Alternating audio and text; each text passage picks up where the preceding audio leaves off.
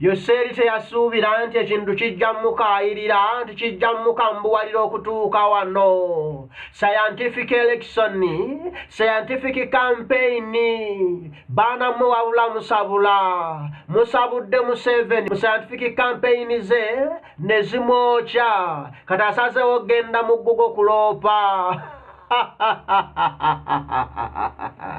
Omusajja yatwewandirangako mbuno yayina media mbuzi radio zize zitelevina zize mbwate munamugamba ki bwato n'agamba Kyagulanyi nti bagende mu scientific era mu campaign za ku social media za ku telefina na ku radio Kyagulanyi ne bamugobayo ku telefina ne bamugobyayo mbiro nasigaza social media naye omwana asabudde social media n'akeesa Museveni scientific campaign. Omwana atabudde social media n'akeesa Museveni ekintu scientific campaign. Kati Museveni awulira scientific campaign zimunyola, awulira azeegoga, awulira abambi zimutunuza binjijjidde.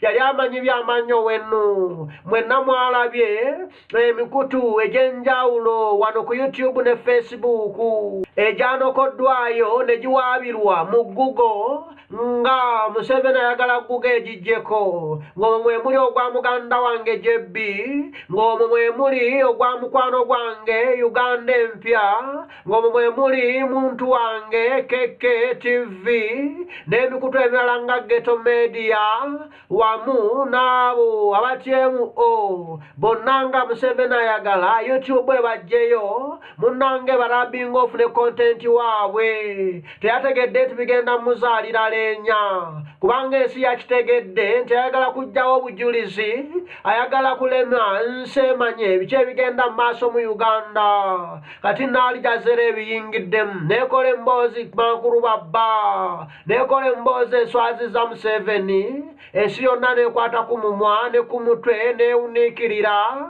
ne beebuuza nti mukulembeze ekyono lwaki tayagala ensi emanye biki ebigenda mu maaso, lwaki akweka ebigenda mu maaso e Uganda, lwaki tayagala ensi etegeere nti nno kino na kino na kino kyekiri mu Uganda, lwaki tayagala kampeyini za Uganda engeri gyatulugunyamu Kyagulanyi tayagala ensi ebitegeere. Kakati nno Al Jazeera ekoze sitole mankulu babba ero Museveni temulese kyekimu emumenyeemenye n'emunyoolanyola bweti munnaye bwenjogerera yandibaguddemu ekidumusi. Kakati nno munywanyi wange gwe munnasekanyolya njagala sotulawo akatamumikano mpola mpola ffenna wamu nga Al Jazeera eyo kya Museveni mu mbugo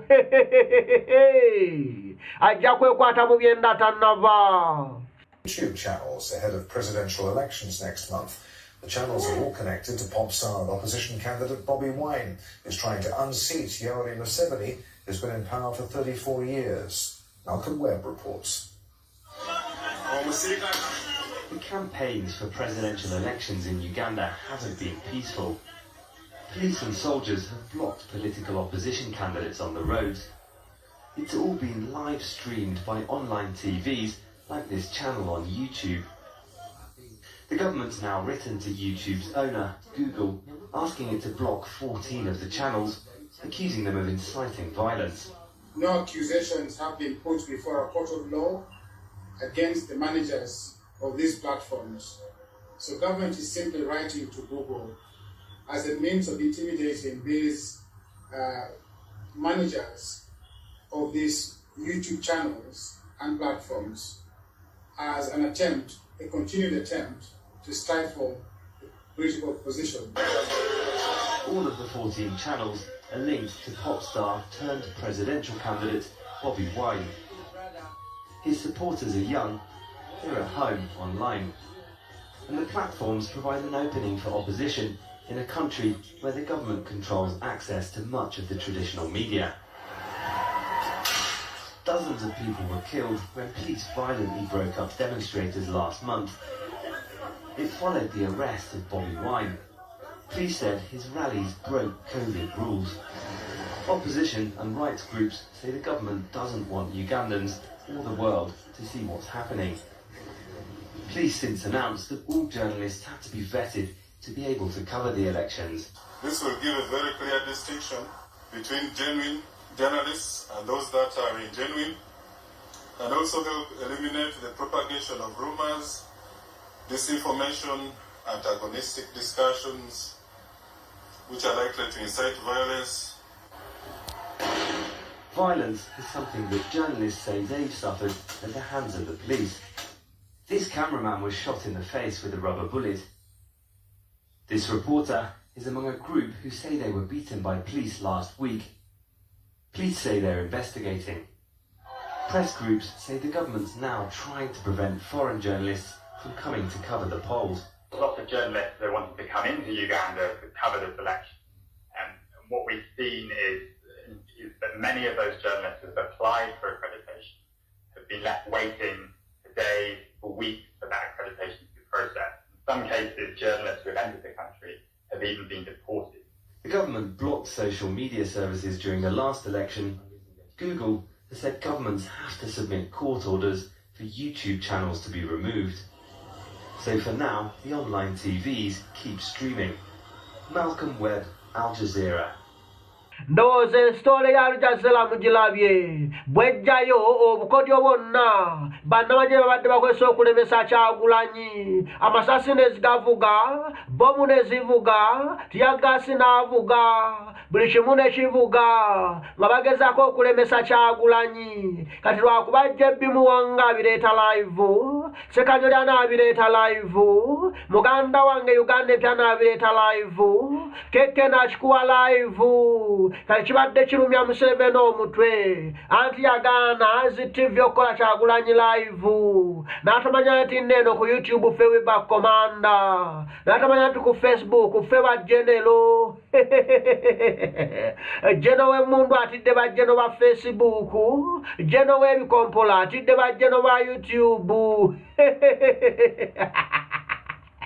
bannange tannaba tukyamutokosa wabula tusabula tutokosezza ono naye atwewulira kati agamba obuyaye buntokosezza ddadi bunyiyiza YouTube olaba yatandise n'okuleeta muwala we mbu bakole obuzannyo bwa taata jangu onkwekule banaatera tulaga nga bali mu kisenge mbu kubanga afune following n'attention y'abavubuka naye baaba oswaddeyo seeri kino twakikusookamu ate tukitegeera okukusinga n'olwekyo wummula kino kitulekere ffe bakomanda bw'obanga okomandinga ebyo ffe tukomandingawo nate tutegeerawo nnyo okyapapalira ddala ati n'omuganda wange Aljazeera bwe bangeeraze emboozi eno Museveni gamumyuse kubanga kati Google yeemanya ekituufu Museveni talina waagenda kumantaalira mbuno mubijjeko Google ekkirize munnange nakugambye Google kitongole kya nsi yonna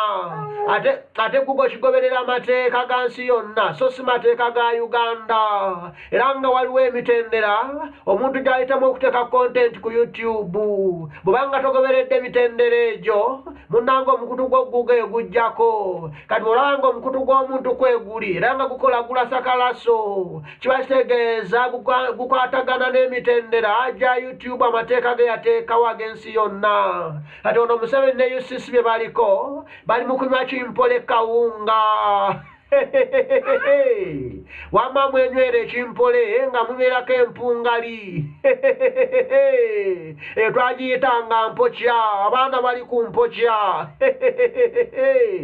ffe kino ekintu twakiwamba twakinyweza mwalowooza mbu media mugiinako komandi biri bye mwakolanga Besigye bambi ne mumufuga obumbula nga talina media gyakutte bambi gyenyumirizaamu nti nno kati naye yiye